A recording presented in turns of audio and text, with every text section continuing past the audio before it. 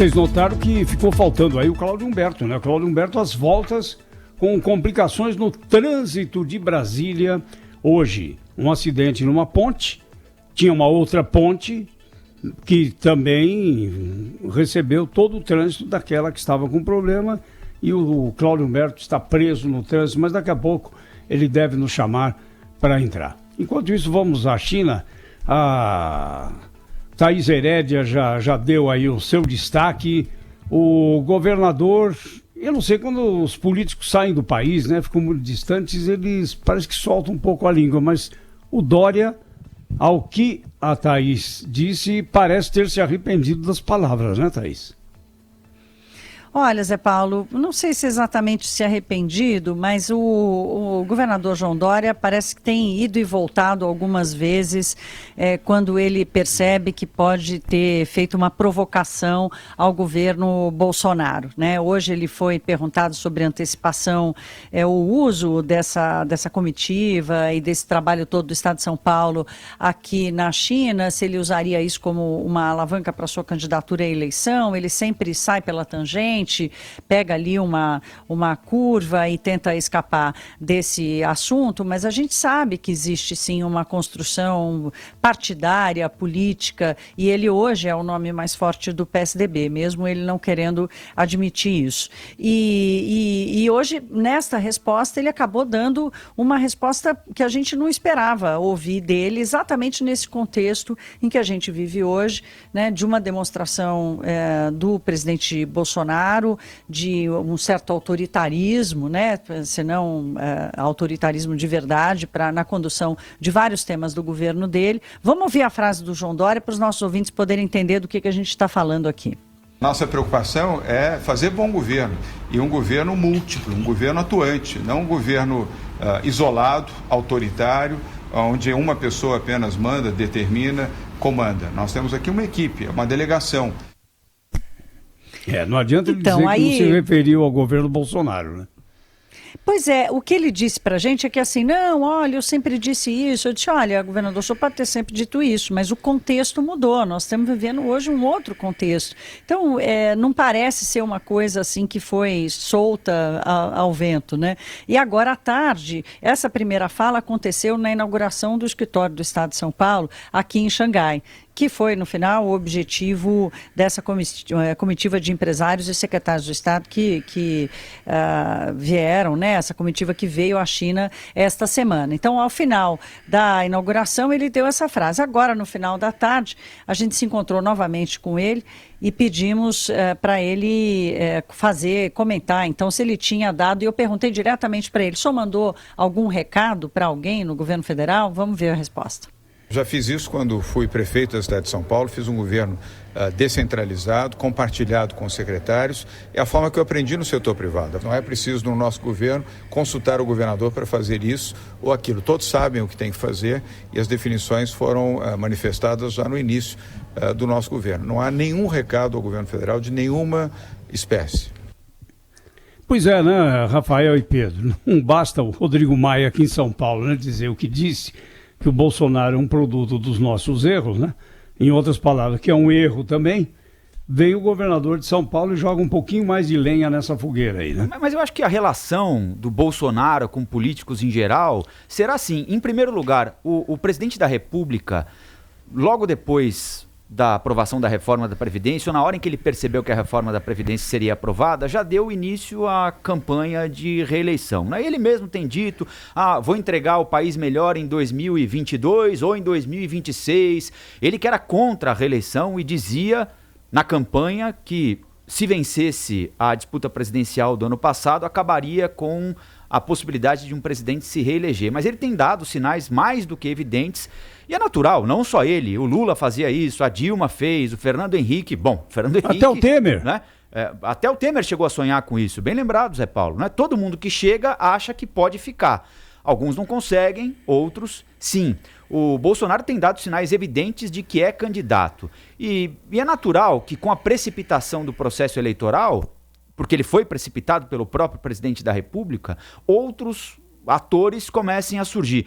O governador de São Paulo, João Dória, é ansioso pela presidência da República. Basta voltar no tempo e lembrar o comportamento dele em relação ao Geraldo Alckmin, quando ele era prefeito de São Paulo, e o Geraldo Alckmin era tido como o candidato natural do PSDB, padrinho político do João Dória aqui em São Paulo.